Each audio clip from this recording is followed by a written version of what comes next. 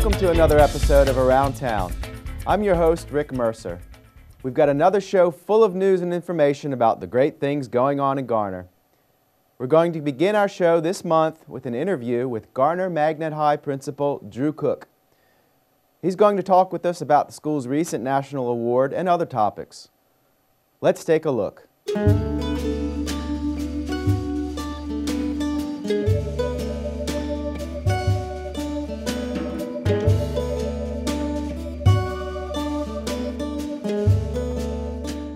So we're here today with Principal Drew Cook.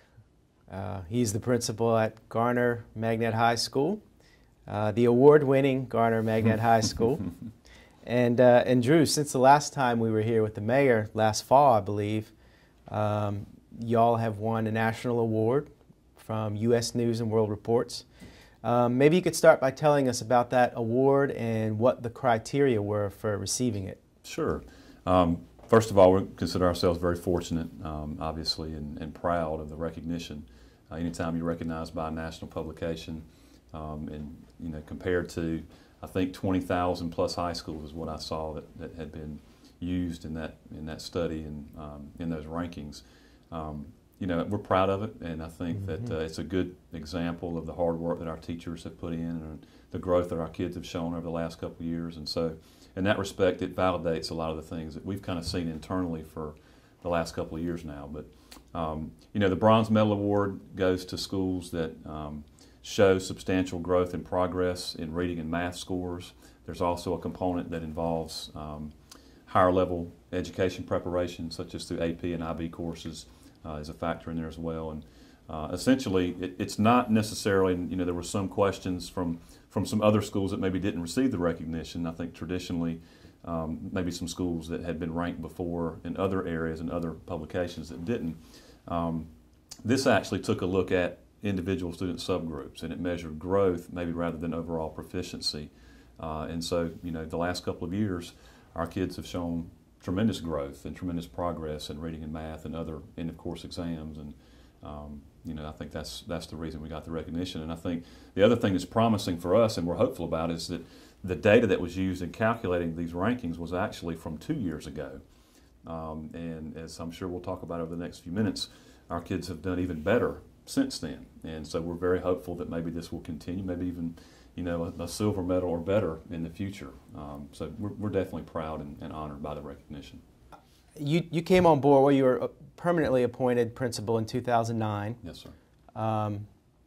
And if you look at the test scores for the school going back to about 2007, the school is sort of at a perilous point where it was on the verge of dipping below an important threshold.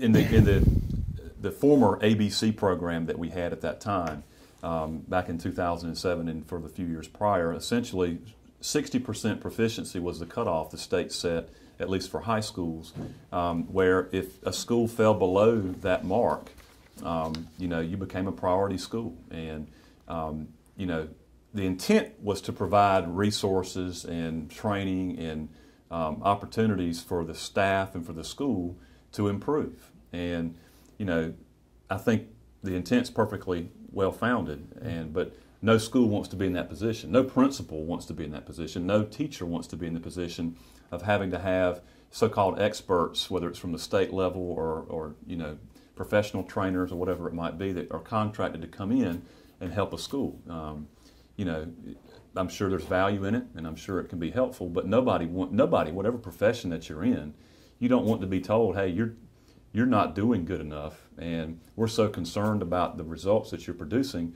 we're going to provide some assistance for you from the outside. And so the idea of losing that autonomy at the school level, I think, was something that we certainly didn't want to have to face. And to be fair, too, the upward trend at Garner High School, I think, started before Drew Cook took over as principal in 2009. In 08 and certainly in 09, when I'd only been principal for a couple of months, we had some growth and progress when it came to proficiency, moving farther away from that 60% mark.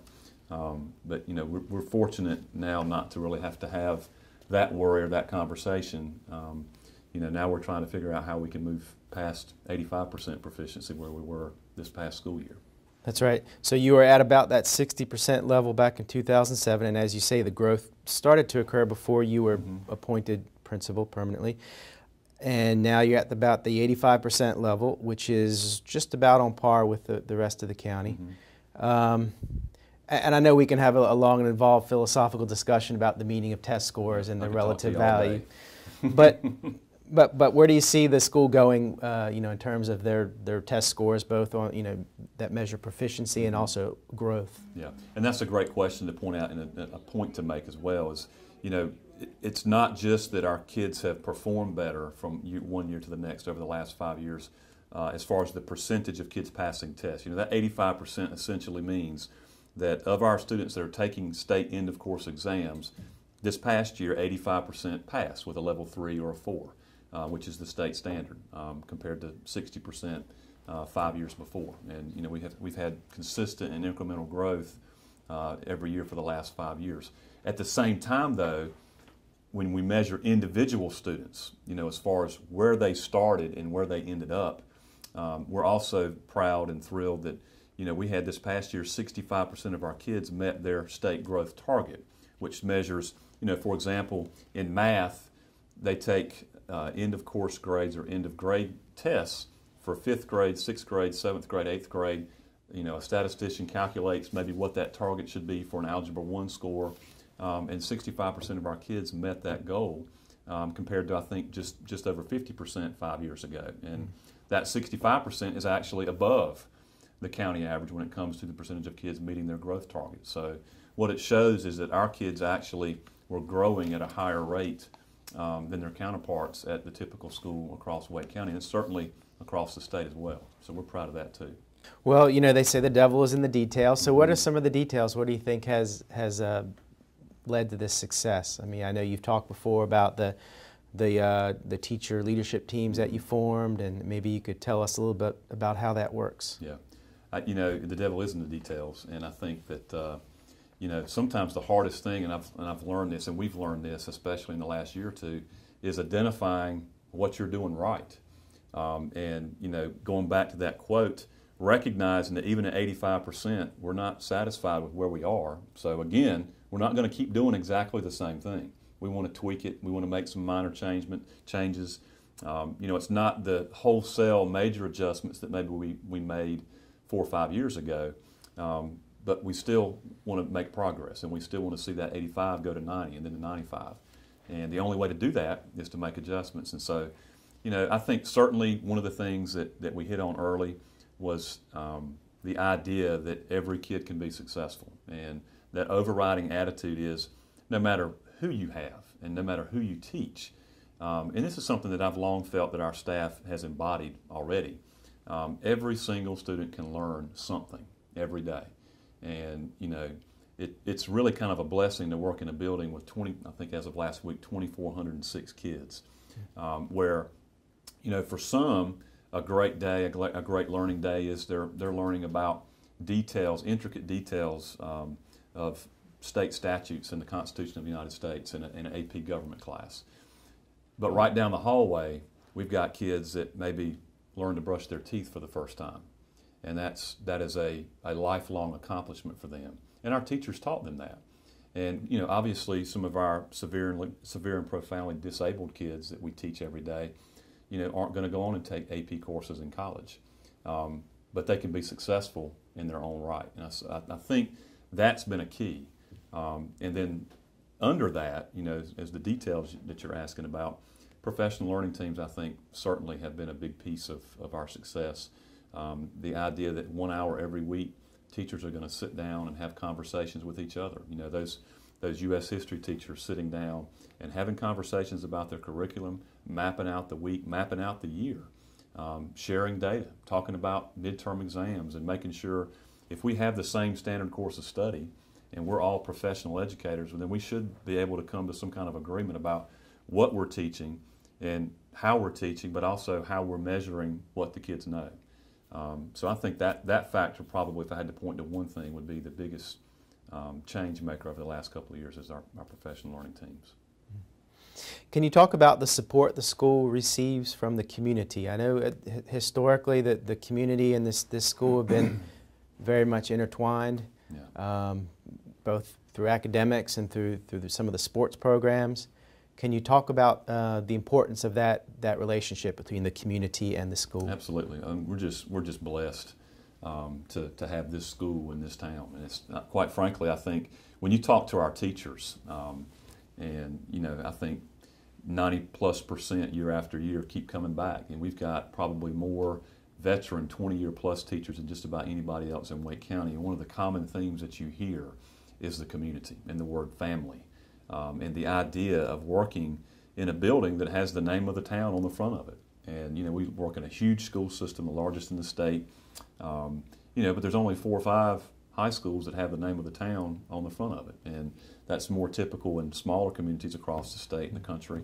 And we're fortunate to have kind of a little piece of that, right here in the largest metropolitan area in North Carolina. And so I think, whether it's the town government and having the resources and support of our town council, and where it's building and facilities issues, having the town involved and asking questions and advocating for us, coming out to a football game on a Friday night and seeing the outpouring of support from, thousands of people who have never had a child attend school here. It's just amazing to see.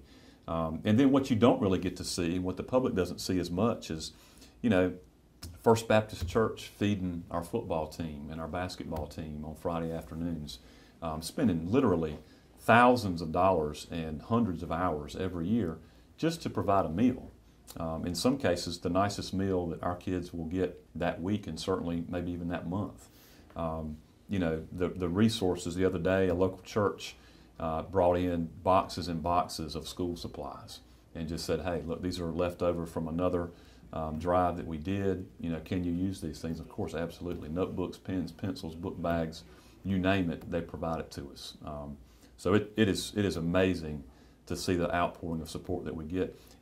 That being said, I think one of the things that we've also tried to improve on as a school is letting people know what they can do to help. And I think one of our shortcomings and failures has been, and I take responsibility for this to some level as the principal of the school, we've got to reach out better. We've got to be more specific. We've got hundreds of volunteers that register in our volunteer system, and we have all these projects and things that need to be done around the school. We need to be more specific about matching people up with the resources they can provide, so that we're embracing the support they're providing, and actually use that to our advantage. So that's, even though I think we have a great relationship with our community and it supports our school in an amazing way, I still think that's an area we can do better, especially on the school's end and tapping into those resources. So that's an area that we want to continue to focus on as well. But we're blessed beyond measure to have a community like Garner to support our school. Well, we thank you for your time today. While we have you here, is there anything else you'd like to share, or any other comments? I can share all afternoon talking about Garner High School. No, I think that the main thing that I try to impress upon people is just the great people that we have. I mean, I would not trade our 200 faculty members, our 2,406 kids, and thousands of parents and community members for anybody in North Carolina. We truly have an amazing, hardworking staff. Obviously, what's most amazing to me and what I'm most proud of is the fact that all those numbers we talked about, all those awards and recognitions that you described, those came in the worst economy of our lifetime, at a time when, right about the same time that these numbers started moving upward, other measurables moved downward as far as the resources provided to us, whether it's class size increasing, resources being taken away, all of those things. And yet our faculty, our staff, our students, our parents, our community have come together to prove that it's a whole lot more about people than it is materials and supplies and stuff. And it doesn't mean those things aren't important. And my fear is that we can't necessarily sustain that trajectory permanently, given all the challenges that we've been facing the last few years. But I'm most proud of the fact that we've got a hardworking staff and community that genuinely cares about our kids. And that's why I think I and everybody else loves working at Garner High School. Well, thank you very much. All right, thank you.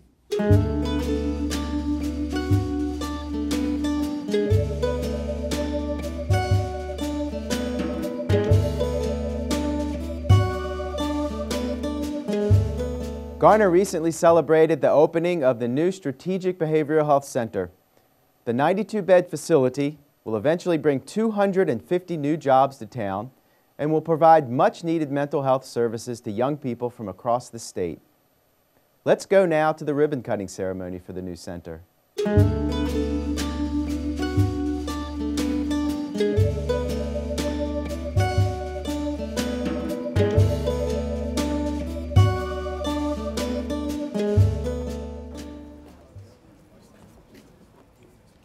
Good morning and welcome.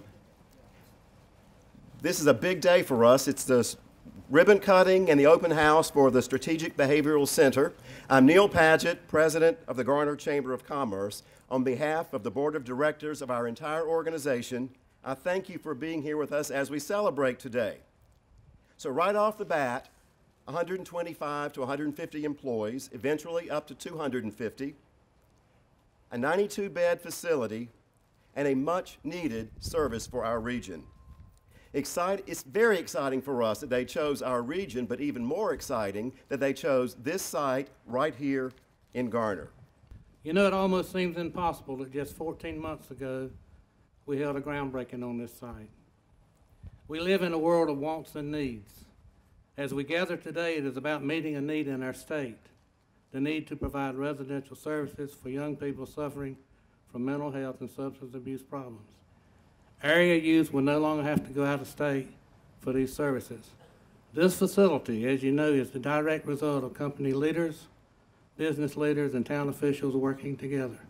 Matter of fact, the article in this morning's News Observer gave a lot of credit to the Garner staff. We thank Strategic Behavioral Health for its multi-million-dollar investment, which will provide 92 beds for those needing its services, as well as eventually bringing 250 new jobs to Garner. Those jobs will include doctors, nurses, therapists, teachers, case managers, and dietary and other caregiving staff. Most of all, I want to thank you, Jim, for choosing Garner. We're honored by your decision to locate in Garner, especially at a time when the economy is not at its best. You have demonstrated the trust and the values we hold in Garner by your willingness to be a part of them. With the support of the town and chamber, Neil, you can't go wrong. So I proudly welcome you as a part of our team, that team which works daily to prove that Garner is a great place to be. We value relationships in Garner, so we're naturally proud of the relationship already established with Strategic and the town and the chamber. I commend you for the extra care you've taken to ensure the wonderful architecture and overall appearance, and the extra care you've given to make this facility look good. Again, welcome to Garner. Thank you all for being here. God bless you.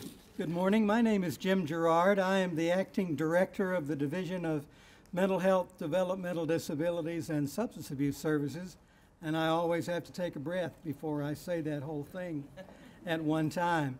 But we are very honored, we of the division, to be a part of this august moment for Jim Shaheen and for this wonderful facility, and most especially for the children of North Carolina. Some of you may well know that we have a number of people who are 18 and under who have a need for this level of care, more actually than we have places for them to be right now. We have some 600 individuals who are in these facilities, and about half of them are out of state, out of North Carolina. And we have a strong initiative working even today to bring them home insofar as we can. And this is a great step towards doing that. We are grateful not only that they would be brought into North Carolina, but they would be brought into such a beautiful and caring facility with such great leadership, such great programming, and great hope that can be brought forth from here. I'm also grateful to see my dear friends, the Jordans, Angela Jordan and her 3 children, and as well as her mom. They are here today. Steve Jordan was very active in the beginning of this process. One of the things that happens when you move into a situation like this is that you move beds from existing bed locations because of the CON, the Certificate of Need requirements, there are just X number that you allowed. So you move some from one place to another. And Steve Jordan, my predecessor, until his untimely demise on the 4th of July of this year, and we are still all very sad in the wake of that. Steve was very active in the process of helping Jim Shaheen and the others of his staff to get those beds identified, to get them brought here so that around them they could build this lovely facility. We are thankful to be partners, at least to that extent, in the great work that's going on here. It is now my joyful privilege to introduce to you my boss's boss, the director of the Department of Health and Human Services for the state of North Carolina, Al Dalia. I am so happy to be here, Mr. Mayor. Thank you for inviting me to be part of this. There you are. And Neil. You can't hit a moving target. I keep moving. It's a smart man. I need to take lessons from you. I deal with the legislation from time to time. Neil, thank you for your leadership. There you are. And Jim and Melissa for the leadership that you have provided thus far, and Melissa particularly for what you will do in the coming weeks and months and years at this terrific facility. And I want to give a special thanks to Steve Jordan's family and to Steve for the leadership that he so forcefully demonstrated in making sure that this facility got the support it needed to be able to come out of the ground as we are fortunate to cut the ribbon on it today. The work that we do at HHS is really for the people of North Carolina, and there are no more important people in North Carolina than the children of the state. And so it gives me great pleasure to be part of a ribbon cutting ceremony that will bring our kids back into North Carolina and will bring the kids that we already have in North Carolina closer to their home, as I'm sure you will hear in some comments later this morning about children that will be coming to this facility back to Wake County closer to their home because of the work that we've done. And I think that's terrific. You know, I'm proud to be here because, as you heard from Jim Gerard, a lot of my background is in economic development. And this is a win-win-win. It is a win, most importantly, for the children and their families in North Carolina to be able to provide the services and the treatment closer to home. It is certainly a win for the state of North Carolina because we are focused on doing that and providing as many and one day we hope all of the services these kids need right here in the state. And it is a win for the town of Garner. As a former economic developer, I know how difficult it is to create jobs and bring folks into environments that are very competitive, and this is one of those very competitive areas in the Triangle. Jim Shaheen and his organization could have gone to a lot of places, and they chose Garner because it is the best place for this kind of facility to be in. And I want to not only recognize Garner as a location, but really recognize Garner as a place that is forward-thinking and embracing this kind of a facility in its community. It is terrific that you have done that, Mr. Mayor, and all of you here in the town. And I am looking forward to working with the town and with the with Strategic Behavioral to make sure that this facility continues to grow and provide the services that we need here in North Carolina. Well, good morning. We are so happy to be here. I want to thank, there's just so many people to thank, it's sort of difficult. Mr. Mayor, certainly thank you for all of your support in getting us to this point. Certainly the Department of Mental Health and Substance Abuse. There are so many people to thank, but I just want to take a minute to recognize the family of Steve Jordan. I want to recognize his contribution to us getting to this point. It was Steve and Jim Gerard that convinced us to build a second facility in North Carolina. We had a facility in Leland operating, and it was really their tireless efforts of meeting with me and my staff about what the real needs were in the state, and he was, you know, just continued to convince us that there was a great need and that we were ready and able to meet that need. And it's important to have the support of the department. It's important to recognize that without that, this facility wouldn't exist, and certainly without Steve. You know, it was Steve who just worked tirelessly for families in North Carolina, especially some of the most unfortunate families dealing with mental health and substance abuse. You know, Jim alluded to the certificate of need process. That's a very cumbersome process, a lot of paperwork involved. And it really was Steve and his team at the 11th hour that was running around and helping us get all of the signatures and the paperwork and everything we needed to do in order to get that certificate of need and get those beds transferred from the state. Like Jim alluded to, we actually got awarded 40 beds. 20 of them will be here and 20 in our Leland facility. You know, every time I met with Steve, he was a consummate professional. He was always making sure for us that we were meeting with the right people, that we were in the right meetings, that our voice was being heard, and that the department's voice was being heard.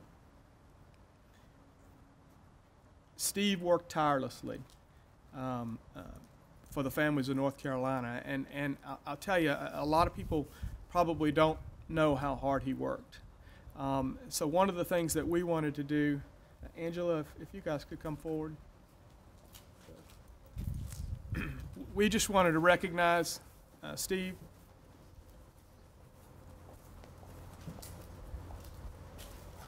We have a plaque for each of you. And the plaque says, "The Strategic Behavioral Team wishes to thank the family of Steve Jordan in remembrance of his support and assistance in opening the Garner facility to serve the children of North Carolina." Thank you so much.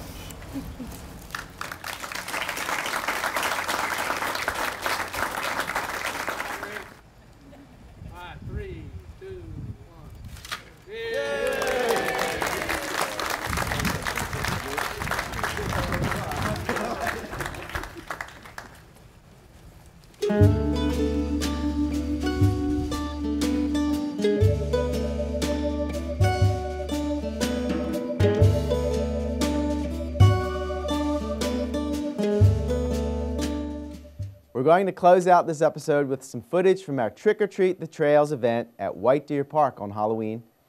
Remember that you can watch Around Town and other Town of Garner productions on demand at garnernc.gov. Thanks for watching Around Town. I'm Rick Mercer.